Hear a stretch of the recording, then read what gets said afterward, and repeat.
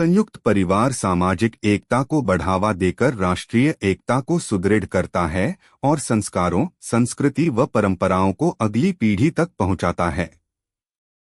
इसे हम 5 पॉइंट में समझते हैं और इसके बाद वीडियो एनिमेशन के जरिए आपको समझाने की कोशिश करते हैं। कृपया वीडियो को बीच में न छोड़ें, पूरा वीडियो देखने के लिए बने रहें। और मेरे YouTube channel gap ideas @Solanki के भुवनेंद्र को सब्सक्राइब करें। बेल आइकॉन को दबाएं जिससे आने वाली वीडियो का नोटिफिकेशन मिल सके। और हाँ, वीडियो को लाइक करना ना भूलें। अगर पसंद आए तो अपने दोस्तों को शेयर करें।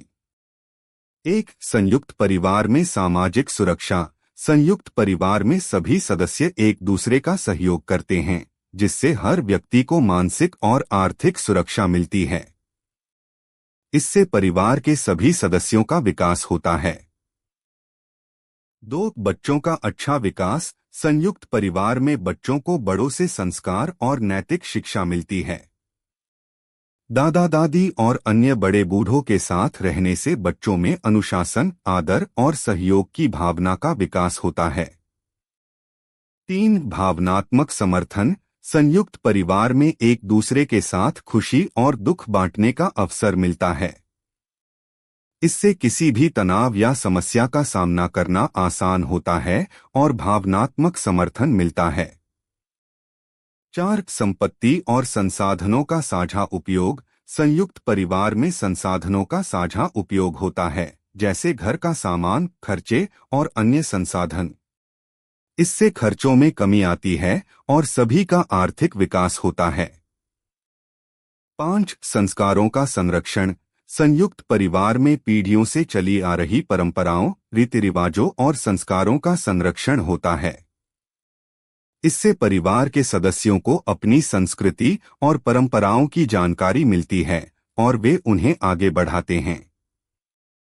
ध्यान दिया है कि हमारे समाज में कुछ पारिवारिक संबंध धीरे धीरे अदृश्य हो रहे हैं। पहले हर बच्चे के माता पिता के अलावा चाचा, ताऊ, बुआ, मामा, मौसी जैसे ढेरों रिश्तेदार हुआ करते थे, लेकिन अब ये सभी मानो विलुप्त प्रजाति होते जा रहे हैं। भारतीय परिवारों में रक्त के कुल 5 रिश्ते समाप्त होने की कगार पर हैं। 1-2 पीढ़ी बाद संभवतः ये सभी संग्रहालय में सजा दिए जाएंगे। केवल अंकल और आंटी बचेंगे। इसे इस तरह समझा जा सकता है, यदि किसी दंपत्ति के 2 पुत्र और 2 पुत्री हैं, तो उनके सभी 5 रिश्ते यानी ताऊ, चाचा, बुआ, मामा और मौसी होंगे। यदि 2 पुत्र हैं लेकिन पुत्री एक ही है, तो उनकी जो संतानें होंगी उनकी कोई मौसी नहीं होंगी।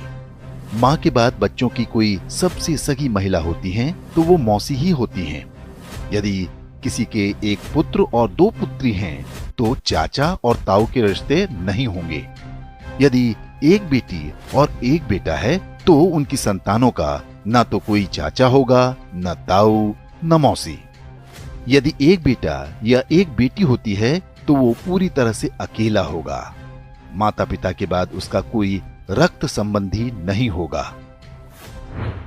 सिंगल चाइल्ड फैमिली को उनका निर्णय तीसरी पीढ़ी यानी जिनके वो दादा दादी होंगे बुरी तरह प्रभावित करेगा। उनका पौत्र या प्रपौत्र इस संसार में अकेला होगा। उसे अपने रक्त के रिश्ते की आवश्यकता होगी, तो इस पूरे ब्रह्मांड में उसका अपना कोई नहीं होगा। इसलिए दंपत्ति को सिंगल चाइल्ड के निर्णय पर गंभीरता से विचार करना चाहिए। ये न केवल हमारे बच्चों को एकाकी जीवन जीने को विवश करेगा, बल्कि हमारी हिंदू परिवार व्यवस्था को भी नष्ट कर देगा। पश्चिमी देशों में सिंगल चाइल्ड पॉलिसी भारत से पहले आरंभ हो गई थी। वहां पर इसके भयावह परिणाम सामने आने लगे हैं।